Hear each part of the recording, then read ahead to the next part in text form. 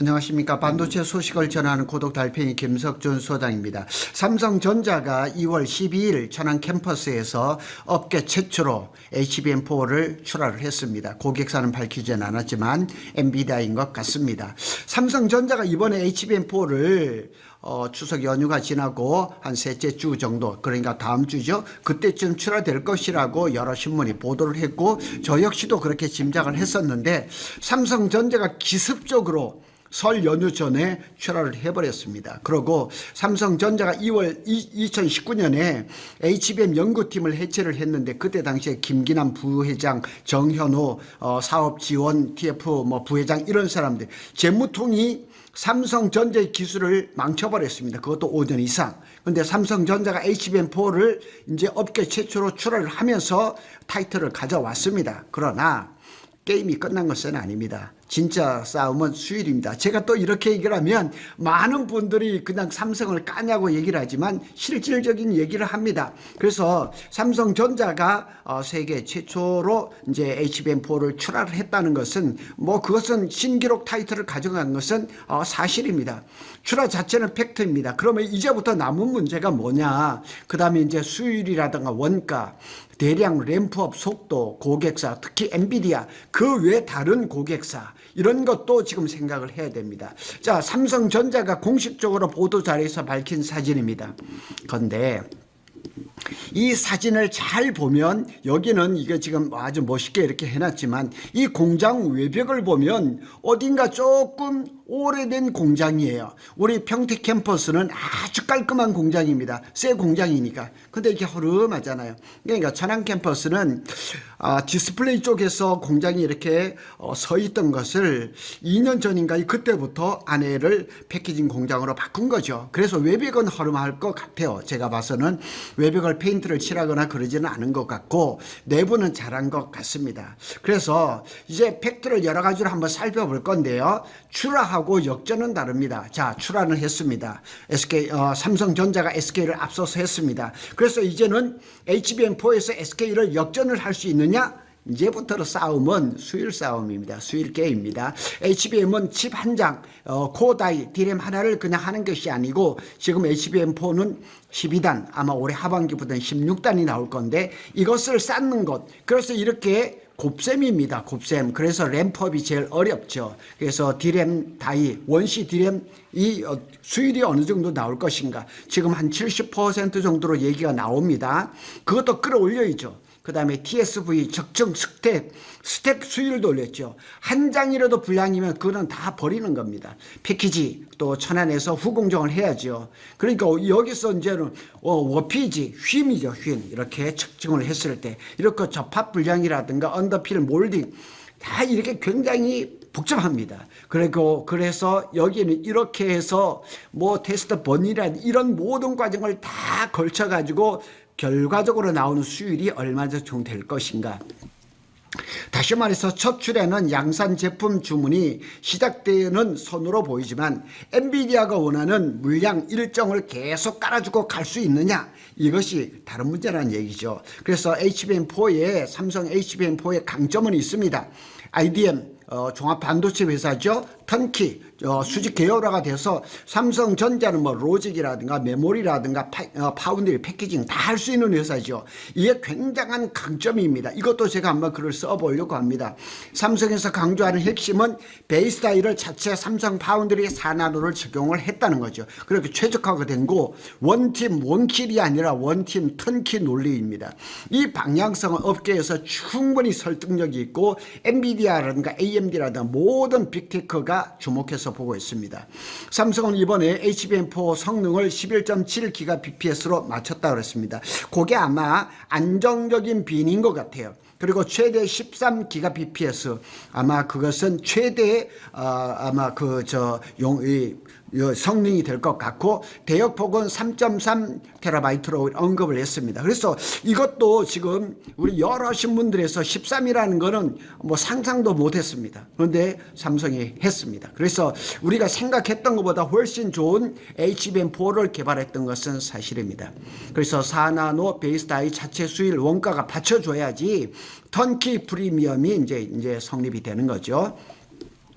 그래서 성능, 핀 속도보다 더 무서운 거는 발열, 전력, 장시간 신뢰성, 뭐 리텐션, TSV, 스트레스 뭐 이런 얘기를 합니다. 그래서 삼성은 PDN 최적화 등으로 효율 개선을 언급하지만 고객사 입장에서는 대량 물량을 동일하게 쫙 품질이 균일하게 이렇게 재현되는 거가 관건이라는 얘기죠. PDN이라는 거는 파워 딜리버리 네트워크라 그래서 우리말로 하면 전력 공급망, 전력 분배 네트워크 이렇게 다시 말해서 칩 안에서 전기가 어떻게 들어오고 어떻게 분배가 되고 얼마나 안정적으로 유지가 되느냐 결정하는 구조입니다. 그래서 이런 것도 굉장히 중요하죠. 시제품은 당연히 좋겠죠. 그렇지만은 이제 이게 계속 안정적으로 갈 수 있는가. 그래서 검증되지 않은 수율을 어떻게 뚫느냐. 수율이라는 것은 사실 우리가 논할 문제는 아닙니다. 그러나 수율이 제일 중요한 건 사실이죠. 그래서 수율은 뭐 엔비디아도 마찬가지고 삼성이도 마찬가지고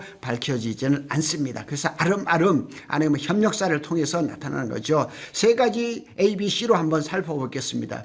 현 시점에서 공개된 정보만을 가지고 삼성의 수율이 몇 퍼센트다 이렇게 뭐 단정할 수는 없지만 그렇다고 해서 그냥 입을 다물 수는 없죠. 그래서 현실적인 전개는 보통 한 세 가지로 합니다. 베스트 시나리오 A죠. 출하가 이제 되면서 빠르게 램프업이 되는 경우가 있죠.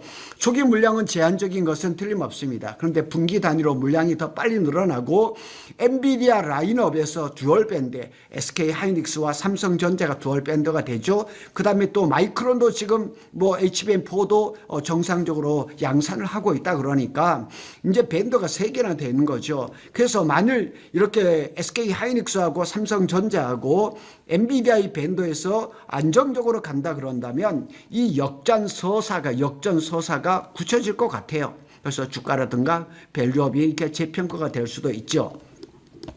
시나리오 B는 이제 중간이죠. 출하는 됐지만 물량은 제한적이다 이렇게 했을 때는 얘기가 좀 달라지죠. 인증 통과 제품은 존재하지만 원가라든가 수율이라든가 여러 가지 그런 때문에 대량 투입은 늦어지고 특정 SKU는 여기 밑에서 말씀을 드리겠습니다. 타이틀은 삼성이 가져가겠지만 HBM4의 점유율은 SK 하이닉스가 가져가는 이런 구도가 한동안 이어질 가능성도 있습니다. SKU는 전에도 한번 말씀드린 적이 있는데 스토 키핑 유니트라 그래서 우리말로 하면 뭐 재고 관리 단위 이렇게 얘기하는데 쉽게 말하면 같은 HBM4라 할 때도 똑같은 제품이 아니에요. 24기가도 있고 36기가도 있고 속도도 11.7기가 bps도 있고 13기가 bps도 있고 11이 조금 떨어지는 것도 있고 전력이 최적화된 버전도 있고 특정 고객 전용 버전 그러니까 HBM4를 하나로 그냥 뭉뚱그려서 얘기하는 것은 아니고 여러 다양한 HBM4가 나올 수가 있다는 얘기죠. 시나리오 C를 볼까요? 리스크예요. 수율이 병목이 생기면 후공정 패키징에서 재발이 발생했을 때 이럴 때 문제가 생기는 거예요.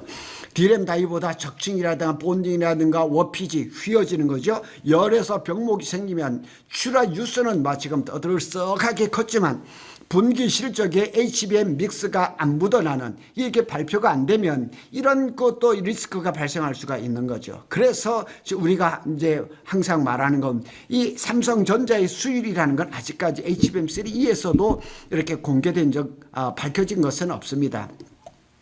그래서 삼성전자의 HBM에 대해서 수율을 말할 때 항상 하는 얘기가 한미반도체 T15온도가 삼성 라인에 투입이 됐느냐 이거에 대한 얘기를 참 많이 합니다. 제가 여러 번 말씀을 드렸지만 작년 코엑스에서 반도체 대전에서 한미반도체 임원물을 만났어요. 삼성에 대한 얘기를 여러 가지로 했어요. 그래서 그분의 말씀을 들어본다면 삼성의 한미반도체의 T15온도가 투입이 된 가능성이 높아요. 그렇지만은 가능성은 열려 있으나 확정은 아직 공개가 하기에는 좀 그렇습니다. 그래서 한미반도체 T15온도가 삼성에 들어간 날을 지금 공개 자료로 단정하기는 어렵습니다. 거의 불가능합니다.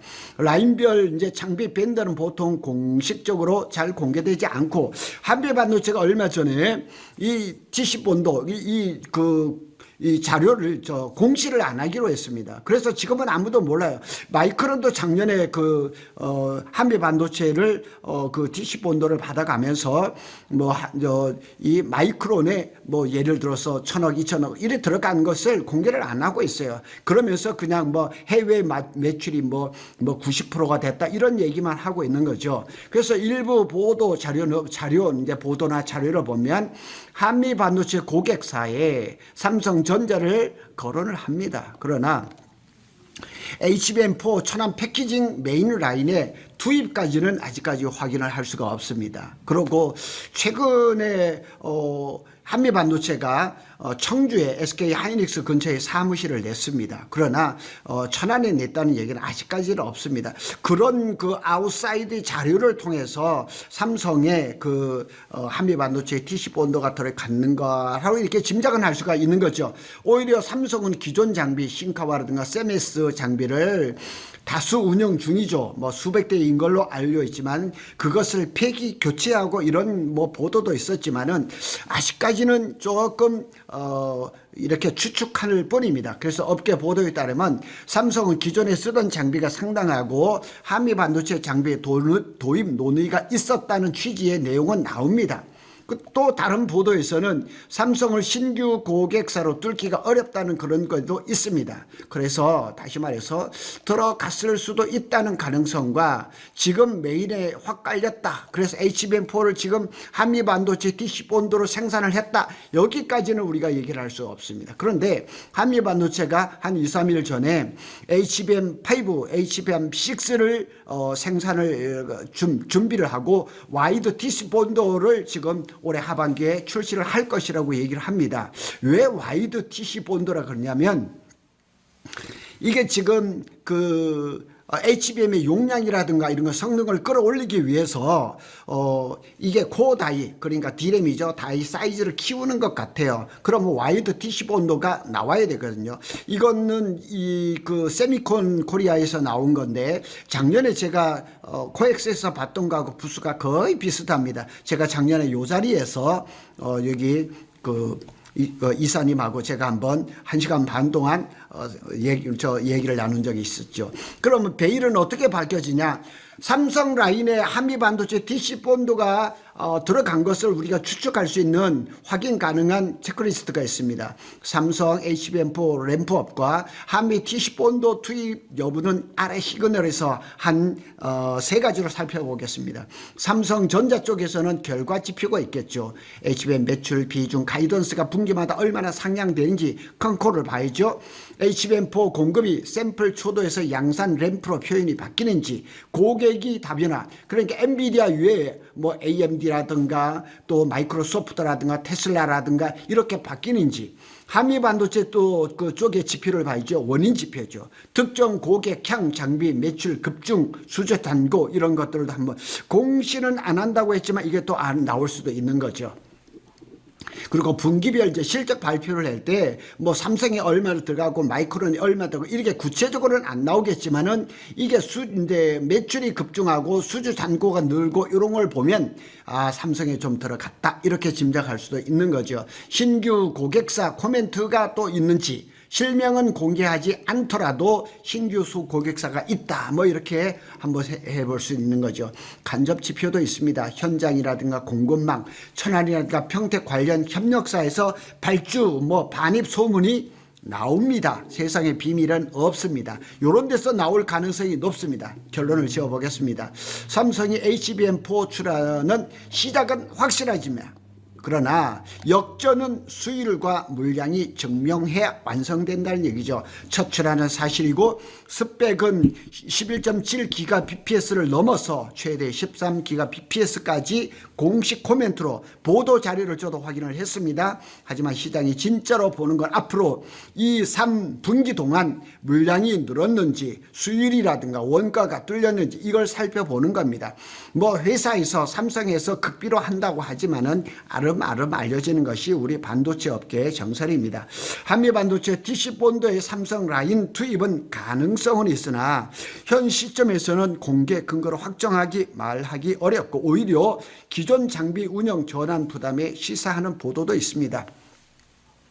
저는 아마 올해 10월 한 말 정도에 열리는 반도체 대전에 또 갈 겁니다. 그리고 거기에서 한미 반도체에 또 만날 겁니다. 만나서 한번 물어볼 겁니다. 그때쯤 되면 어느 정도 윤곽이 나오지 않을까 이렇게 예상을 해봅니다.